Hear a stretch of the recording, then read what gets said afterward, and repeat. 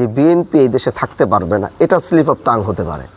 কেন বলছি? কারণ এই কথাটা আমার বলা, তখন আমার মাথায় ছিল একটা, মুখ থেকে বের হয়েছে আরেকটা। কথাটা এরকম ছিল যে আমার টার্গেট ছিল শিবচরে যারা জাতীয়তাবাদী দল বিএনপির নামে যারা উচ্ছৃঙ্খল করছে, অবৈধভাবে কোনো কাজের সাথে জড়িত হচ্ছে এবং সেই জায়গায় তারা বিএনপির নাম ভাঙাচ্ছে। গতকালকে আমার এক বক্তব্য কেন্দ্র করে গোটা দেশে খুব অস্থিতিশীল একটা পরিবেশ তৈরি হয়েছে। সেটাকে কেন্দ্র করে আজ এখানে বসা এবং বিএনপির শিবচর উপজেলার দায়িত্বশীল আমার সোহেল ভাই, উনি ওইখানে এসেছেন। তো তাকেও আন্তরিক মোবারকবাদ, তিনি উপস্থিত হয়েছেন এখানে। আসলে বিষয়টি হলো কি, আপনারা যারা দেখেছেন যে আমি রাজনীতিতে পাড়া দেওয়ার পর, ইলেকশনের আগে এবং ইলেকশনের পর সচরাচর আমি কখনো কারো বিরুদ্ধে, কোনো দলের বিরুদ্ধে আমি কোনো কথা বলিনি। এবং ইলেকশনের আগেও আপনারা খেয়াল করবেন যে কোনো দলের বিরুদ্ধে আমি কোনো ধরনের স্টেটমেন্ট দেইনি, প্রয়োজন মনে করিনি স্টেটমেন্ট দেওয়ার। এবং আমি রাজনীতিতে আসিনি, এই কথাটা আমি সব জায়গায় বলেছি। আমাকে এই রাজনীতিতে জোর করে আনা হয়েছে। আর আমি কিন্তু রাজনৈতিক ফ্যামিলিরই সন্তান। অনেকে মনে করতে পারেন আমরা পীর পরিবার, পীর সাহেবরা রাজনীতিতে আসছে, বিষয়টা এরকম না। পীর পরিবার হিসাবে আমাদের পরিচিতি হচ্ছে মাত্র 100 বছর বা 110 বছর, কিন্তু রাজনৈতিক এবং সংগ্রামী পরিবার হিসাবে আমাদের পরিচয় হচ্ছে 250 বছর। তো সেক্ষেত্রে রাজনীতিতে আমি এসেছি অল্প সময়ে, কিন্তু আমার রক্তের ধারার সাথে 250 বছরের এক সংগ্রামী এবং রাজনৈতিক ইতিহাস জড়িত আছে।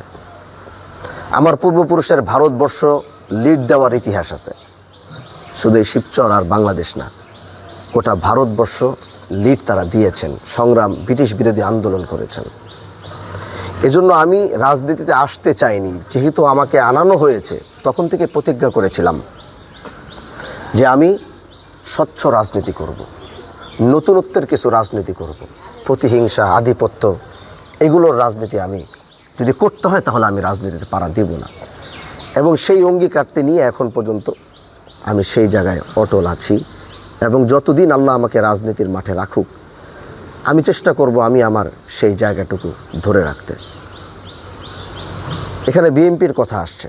দেখেন, জাতীয়তাবাদী দলের সাথে হাজী শরীয়তুল্লাহর বংশে, বিশেষ করে আমাদের একটি ঐতিহ্য, পারিবারিক সম্পর্ক। শুধু জাতীয়, এদেশের যতগুলো দল রয়েছে, এই যে সোহেল ভাই একটা কথা বললেন, আমরা কিন্তু আসলেই সব দল মতের ঊর্ধ্বে।